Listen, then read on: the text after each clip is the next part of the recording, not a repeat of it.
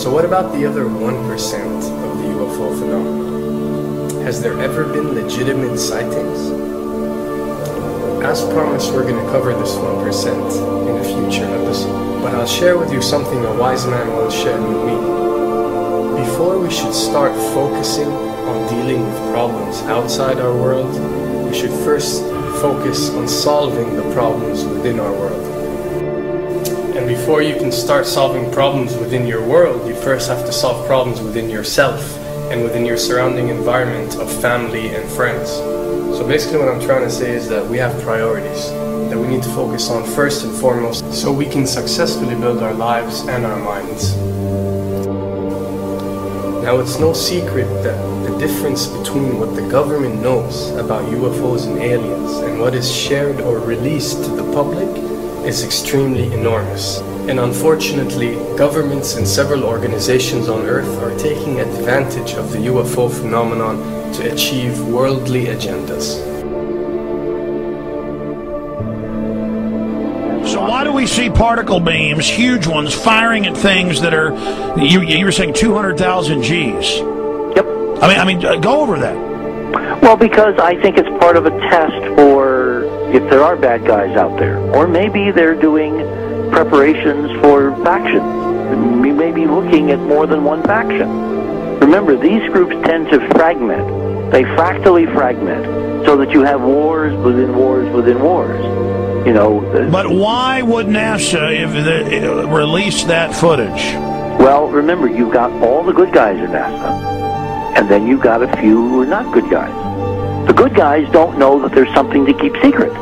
They remember the lies different at every level. They believe the lies they've been told. So when you set up a structure, an institution, which is supposed to be open and above board and is supposed to present live TV of the shuttle missions, they present live TV. Now, the controllers can't say, oh, well, you can broadcast this, but you can't broadcast that. Because the honest guys will then say, sure. Well, why can't we broadcast that? So people always say if this was happening, it would come out, and it is coming out. Well, I mean, I agree with you. When you've got the Catholic Church saying we need to love the aliens, they're our brothers, when you've got every major denomination saying it, when you've got all the movies, and you've got, you know, in the 80s, huge programs at the Olympics with aliens landing, you know, fake aliens, and you've got huge things the size of 3 football fields floating over Dallas, and stuff all over the place. Something's going on, and then I read government documents about fake extraterrestrial landings. You know, any of this. Why? I mean, you believe it's fake. Remember Operation Northwoods? Yes. Okay. Or we can go to the, September 11th. Governments do huge, big things to sway populations at key nodal points in history. They love hoaxes. Yeah, well, it's manufactured history is what it is. We are building, I mean, all my UFO friends, I need to shake them because they're so, frankly, they're extremely naive, Alex. They really believe we're building toward disclosure. I believe we're building toward a mass, carefully manufactured, fake event where ETs, who are really humans, who are really part of this secret clique, who are probably Nazis, you know, who have developed or perfected their technology from World War II, which is why you've got to get, you know, Joseph on. They are going to basically fake out the world.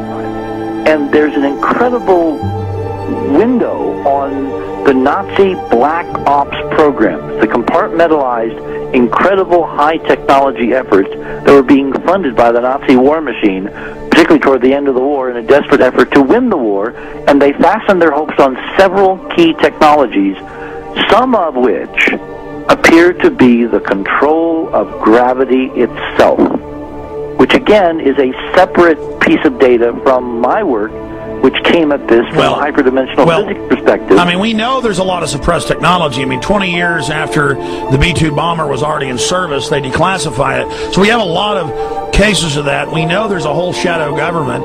This is technology and physics, Alex, that would make anything you think you know like a candle flame compared to a hydrogen bomb. This is a physics that literally allows you to rearrange time.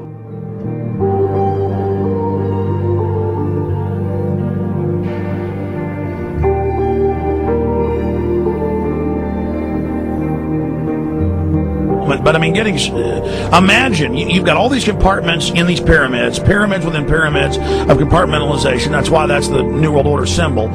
And we don't know what they've got because they are so secret. We know they lie so much. We just know it's advanced. Mainline scientists say they're 30 years advanced. So Richard C. Hoagland, what I'm saying to you is, I'm entertaining what you're saying. I respect you. I think you're a great guy.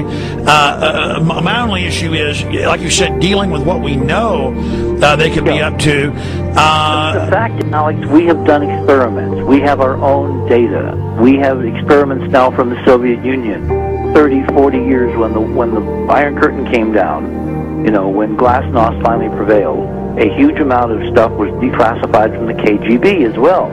And we now have put this data together.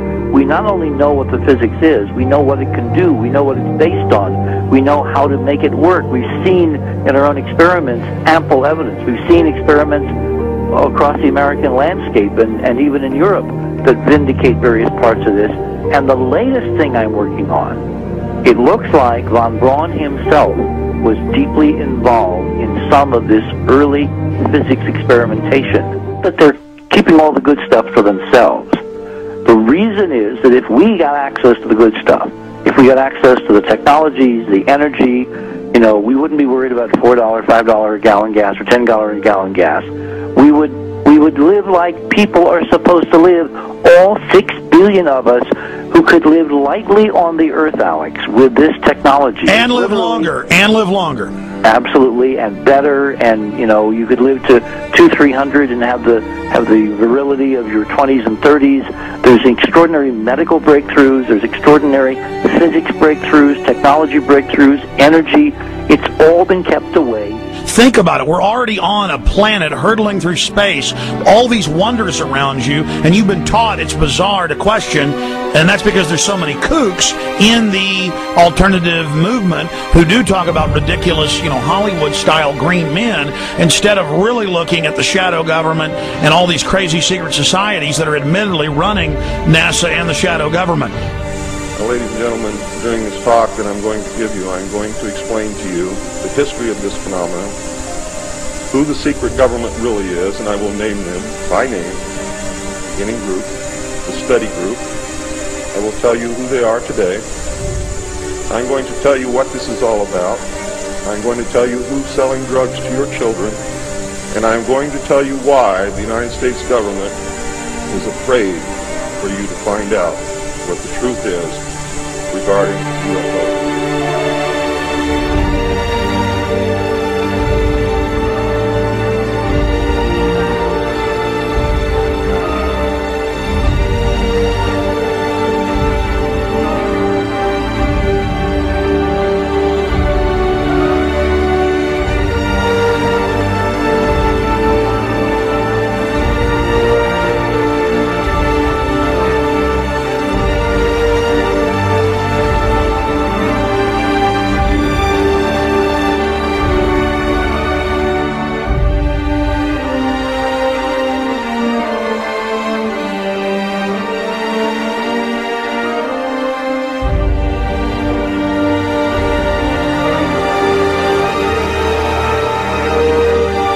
And it turns out that even though she remembered that she'd been part of the team to debrief the astronauts, she couldn't remember a thing that they said.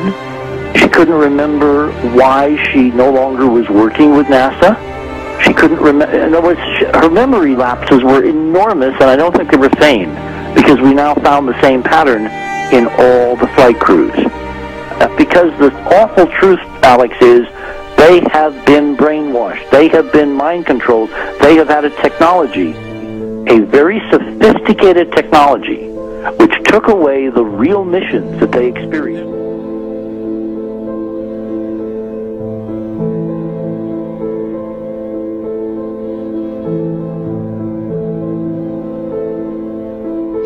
Sorry.